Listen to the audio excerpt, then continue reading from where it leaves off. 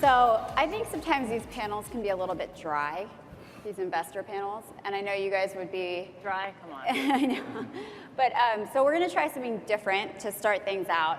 We're going to do a lightning round, and you can see for our audience, the participants all have ping pong paddles. We're going to do true-false questions, and I'm going to say a statement, and you guys are going to raise your paddle, red for false, black for true, and then we'll start with some of the more in-depth questions. All right, let's go. Series seed valuations are inflated. Wait. Red is false. Red is false. The spray and pray VC model is here to stay. Oh. Was that a red or a black?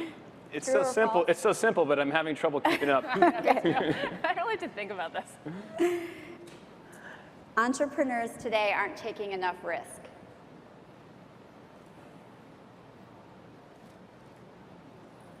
To compete as a top VC firm, you must offer value-added services.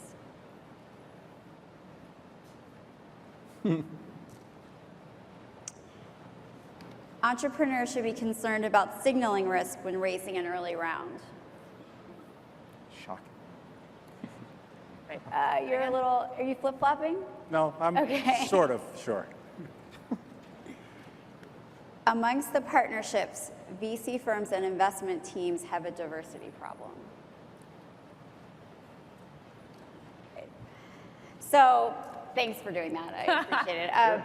But I want to talk about the first question, which is Series seed valuations and seed investing in general, because there's a lot of talk about whether it really makes sense for big firms to be doing seed investing, and also valuation. You know, you're seeing these companies, early stage companies, raising huge seed rounds, like $6 million or party rounds. Why is this happening? And why don't we tackle that question first? Why is this happening? And then we'll talk about whether, you know, some of your firms should be doing seed investing. Why do you think these rounds are becoming bigger and valuations are skyrocketing? Well, I think one of the reasons that you're seeing more seed investing today is because, especially in the consumer space, companies can stand on the shoulders of giants. You know, you have Amazon Web Services, you have platforms like Android, like iOS, and so you can build a consumer company rather quickly. You can actually launch that company without any capital at all. And then there's more data that any investor can take in and make a more informed decision from a risk-adjusted perspective. Does that then translate to more money? I mean, why are entrepreneurs wanting to raise 6 million seed? Well, Lena, the thing is, I think, you know, ultimately price is determined in a relatively liquid market by supply and demand, right? That's all there is to it. And the reason why you raise 6 is because you can, which means there's that supply. So the underlying factor is that just a whole lot more supply of that early stage capital than there used to be, because people are getting, well, the biggest factor is there's access to it. People didn't have access to it before. There's more people that have access to it because the information is fluid, and people have access to information both ways. Entrepreneurs have access to information and investors do, which makes the market turn, and supply demand sort of determines the price. The question of whether they take 6, 2, or 1 is really about discipline on the entrepreneur side. And that's, you know, that's the question that's really the hard one to answer at times. Yeah, I would agree. I think there's lots of supply both on the individual side, on the institutional side, right? There's just lots of people who've made money in Silicon Valley and outside of Silicon Valley over the past 10 years. And now they've got some expertise or some relevance to be able to bring to an entrepreneur. So you've got lots of individuals who are often less price sensitive. They just want to kind of be part of something that has the potential to be big, and they're not setting a price, but they'll kind of go along with whatever price the entrepreneur says is what he or she wants. And then the same thing goes for, John and I have talked about this, right? VC firms, you know, whether something is 5, 8, or 10 pre, a lot of times they aren't thinking about the valuation at seed stage because it seems relatively inexpensive relative to Series A's. But I think the thing that oftentimes VCs and entrepreneurs don't think about is if you raise 3 on 10, you're at 13 post. Going into your Series A, Series A VCs are then looking at entrepreneurs who want an up round from their seed post money, and that's why a lot of Series A prices, I think, have gone up. And a lot of people have been frustrated about Series A pricing, but I think it's in a large part because seed pricing has been kind of expensive. How do you change you said that sometimes this, some of this is because the entrepreneur wants more, and how do you change the behavior of the entrepreneur and either A, wanting more, or B, wanting a higher valuation instead of thinking more thoughtfully? How do you change the behavior of the entrepreneur? The question I usually ask people is, what are you going to do with the money? So what do you need to prove, and what do you want to be able to say as you raise the next round, as you move forward? And I think one of the things that's pretty different now than it was, a pretty new thing, is like it's pretty cost effective to get a product in the market and see if users use it or not. And that's, when I started, when I ran my company 15 years ago, it was just, you had to build a company and then you could build products. And now you can build products and then build a company around it, and which I think is a pretty fundamentally different thing. So I think what I do is I talk a lot to the executives and I say, hey, what are you going to do with it? And what do we really want to show? What do we want to improve? This is the first step, second step, third step in a pretty long road. And then do you really want to take all the dilution now? That kind of thing. Sometimes it's as simple as making the point that the one thing you can never get back are shares once you give them away. And you can always go and raise more capital, assuming things are going well. You can also, frankly, go and start another company if things aren't going well. That's forgotten much of the time. But interestingly enough, I think right now you're seeing larger seed rounds. You're also seeing the typical size of seed rounds. And I think actually that still is the majority. But you're also seeing more companies bootstrap. And so it really, and I think about Meraki, who we heard from earlier today. You think about GitHub, you think about Qualtrics. Qualtrics is a company that went 10 years without raising outside financing because they decided it was too expensive to offer those shares to investors and it wasn't right for them. And so I think it comes down to what should be an internally driven decision by the company. It should never be based on investor demand. That's another common mistake. And it's very much situation dependent. Some of it is, the issue is that we, to a degree, we all do it to ourselves, right? Because what everybody wants is an objective measure of how well you're doing. Kids want scores on their tests because they want to know how well they're doing. It's really hard to know if the teacher says, well, you're doing good. What does good exactly mean? And as we professionalize this industry, we look for metrics, right? And we ourselves throw around numbers like XYZ, pre, post, raise this much, da-da-da. That's how we keep track ourselves. And it's not surprising that if the KPI that you're measuring is valuation and money raised, the entrepreneur who's looking for a grade on his exam is going to peg it because that's how they value it. The tricky thing that we venture capitalists should try to do is to think hard about what are the metrics that you look for in terms of building a great business versus what are the metrics you look for doing a series of increasingly expensive fundraisers, because the two aren't necessarily the same, but we do the disservice ourselves. Like it's unfair to say what's the entrepreneurs. We go around like every cocktail party you have with a venture capitalist, like, I raised this at this pre, blah, blah, blah, right? So, it's sort of like sports. If all you do is count the numbers, then you stop winning and you start playing for the stats, right? And that's kind of what's happening a little bit right now. John, I'm curious about whether you think that VC firms, especially larger VC firms like Greylock, like Sequoia, like Index, and even Kleiner, does it make sense for them to be doing seed stage investing? I mean, Doug came on here earlier and he said, we don't do spray and play. You guys are committing more money, with your new raise to your discovery fund. Index does seed stage, and you're a micro VC now, and you did do some. Kleiner does some seed stage.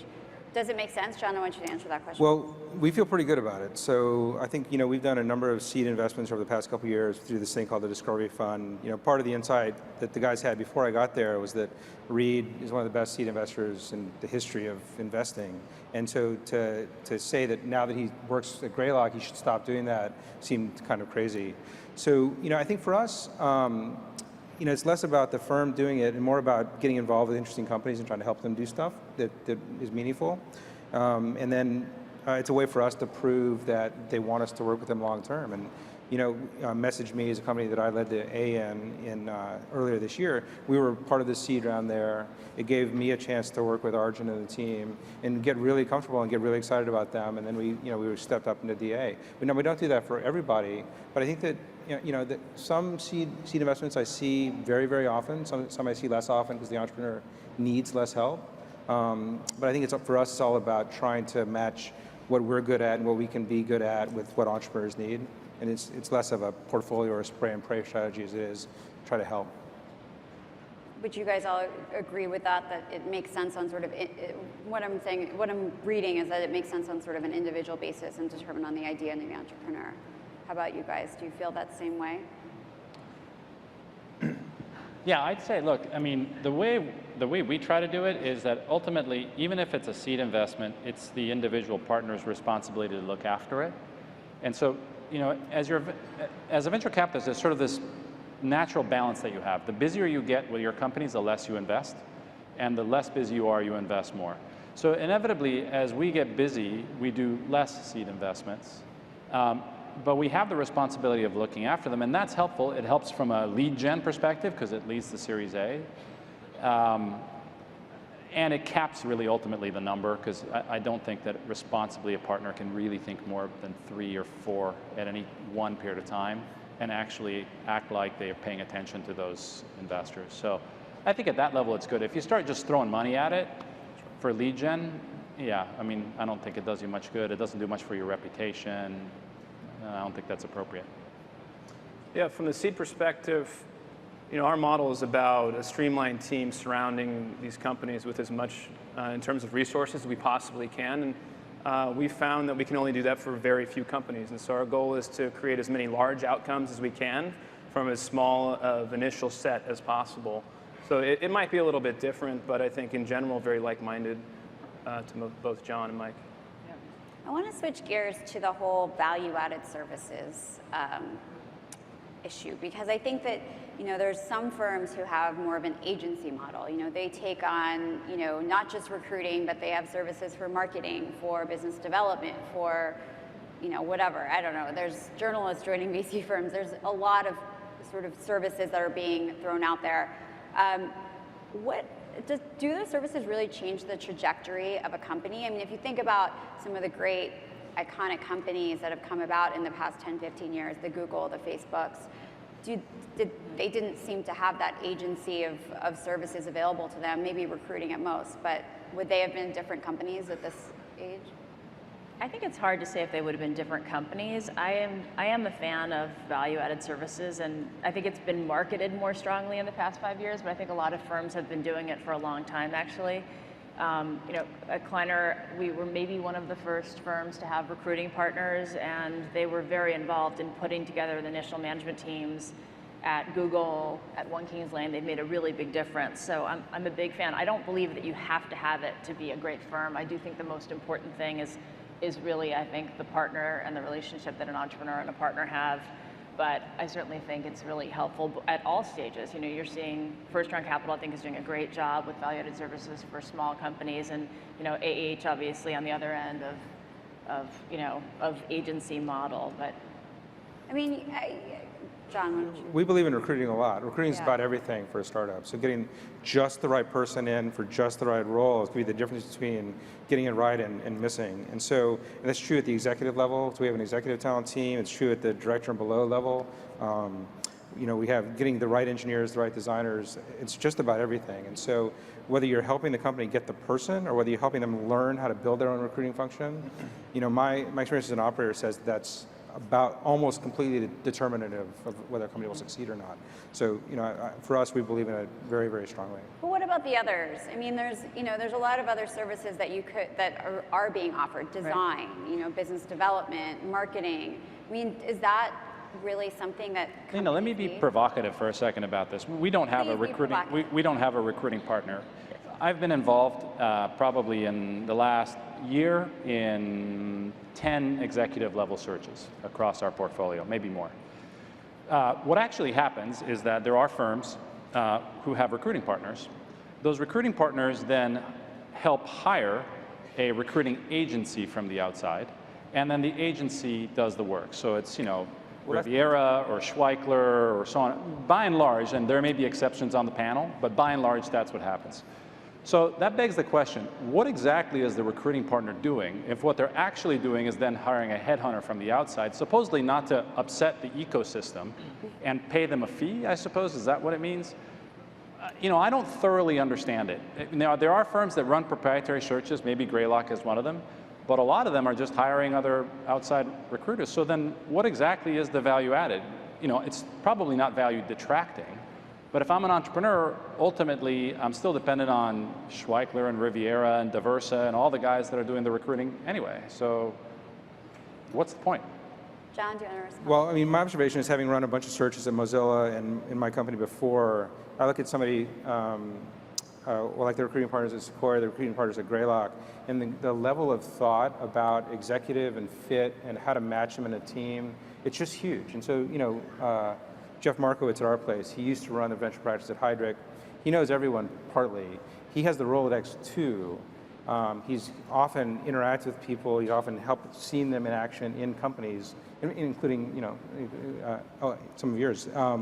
So I think that we're on boards together where we've had Markowitz involved, and he's hired a firm to go do a search, right? Yeah, but you're telling me he's been zero added beyond that? I'll make sure he gets some value added, but I'll let him know. Why have the firm if you have Markowitz? But here, let's take marketing partners, for example, right? Marketing partners, I think, are also a really great value add because they basically are the center point of contact with the New York Times, the Wall Street Journal, the USA Today, like basically, and then oftentimes vertically specific publications, right? Where an individual partner may not know the best journalists in enterprise, SaaS, for whatever, but your marketing partner ideally has an amazing Rolodex and has done a ton of coaching of how to launch a company, like very kind of vertical specific stuff that a lot of times individual partners aren't as good at. I think that's a fantastic kind of shared resource across. But at what point does the entrepreneur actually have to be able to learn? It sounds like, they can outsource, press to this person, or they can outsource recruiting to this person. But like, isn't that part of being a great entrepreneur, is being able to manage that, or at least be able to hire for someone that's really good at managing that? Look, I think this is exactly the point. Everybody says, well, most firms will tell you they have services to some degree. And every firm means something different by that. It might be someone who just selects an executive recruiter, but it also might be, for example, we have one of John's former employees at Mozilla, at Sequoia, who goes to every new company that we get into business with and helps them set up engineering recruiting, and then helps them come up with, interview sheets and scorecards and things like that. So it's a very different approach. And getting to the question that you asked, it's about what Sanjit said earlier, and being very careful not to offer companies a crutch, because then they will never develop. You need to help them kickstart, get going, learn the best practices, that a great company like Mozilla employed to grow over time, so that they can take off on their own. And the other thing we've learned through these services efforts, which we have had for over a decade, is you don't want to delegate. And I would be very careful if I was an entrepreneur about who you're going to go work with, because if they're delegating, you're not getting the service from the person that you chose to work with in the beginning. So you do not want to work with a firm that's going to outsource a board seat, or is going to outsource the day-to-day interactions from marketing or recruiting or anything else. You want to be like Volpii, and you want to help hands-on with that search. Right. I mean, at one point, I'll just add one last point on the value. I do believe in value-added services. I do think that the biggest value add is the board member's own knowledge of how to build a business. Sure. That is by far the greatest value, because if you're a decent board member, you should know which recruiters do a good job. You should know which marketing firm is a great fit for them. You should know how to be able to hire a couple of people in recruiting to help the company do individual contributor recruiting. You should be able to run them through a fundraising. That's stuff that's your value added. So I do think that value added is enormously important. I think what a lot of firms do is they use that notion of value added as their marketing tool to get entrepreneurs to come to them, as opposed to genuinely having the partners add the value. And I do think that it's super important for partners to really be doing the heavy lifting. So I want to talk a little bit about innovation and whether innovation is dying in Silicon Valley. Because we had a guest here at Disrupt New York who said that he's sort of disgusted by the lack of innovation taking place in the Valley. And I want to see if you guys agree with that, or if you disagree, why? I completely disagree. I think that what you're seeing today, and what many people are seeing, is that there are more companies that are being started than ever before. And I think that makes it harder to pick the ones that are going to build enormous companies over time. And so I think oftentimes it's, people say there's a dearth of consumer and, the consumer is boring, there hasn't been a great company in a long time, but I think it's actually confusion and there's actually more difficulty in figuring out which ones are going to win these days. And I just think you see technology just creeping into almost every industry that we're aware of. We're going to announce a wonderful new partnership in a couple of weeks that I never would have thought was a vertical where we would have a partnership. So I couldn't disagree more with that.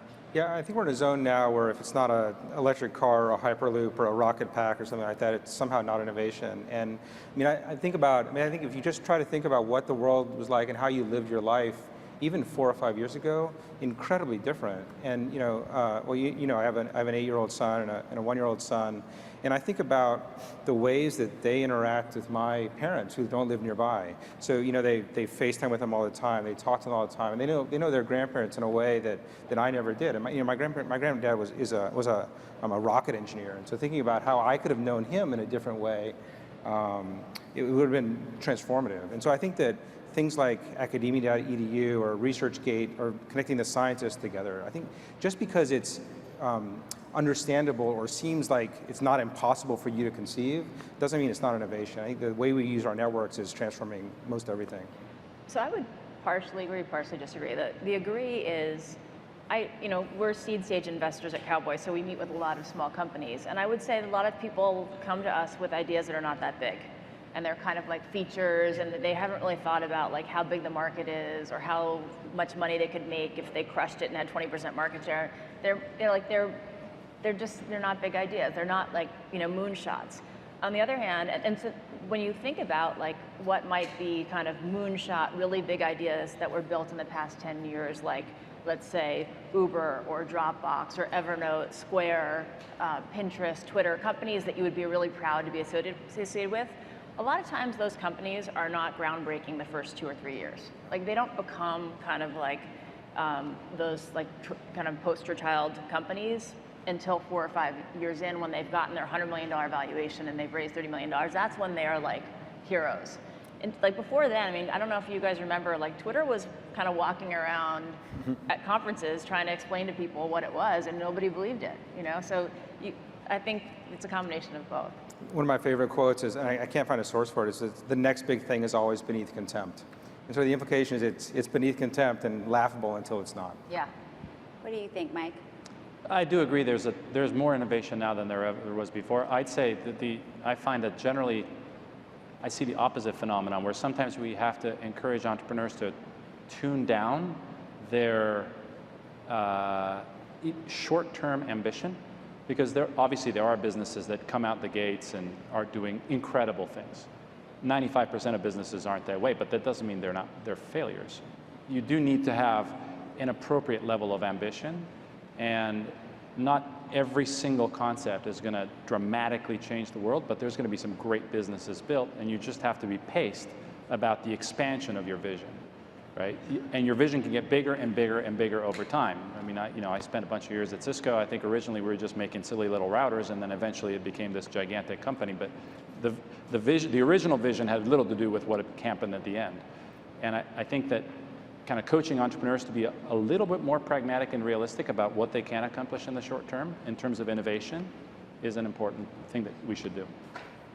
Well, I want to end on one question. Who are the entrepreneur heroes of this generation? So, we all have kids, in this sort of similar age group. I'm curious, who are the entrepreneurs that our kids are going to look to and say, I want to be like that? It's probably most appropriate to answer that, excluding the Sequoia portfolio, to avoid being self-serving for once.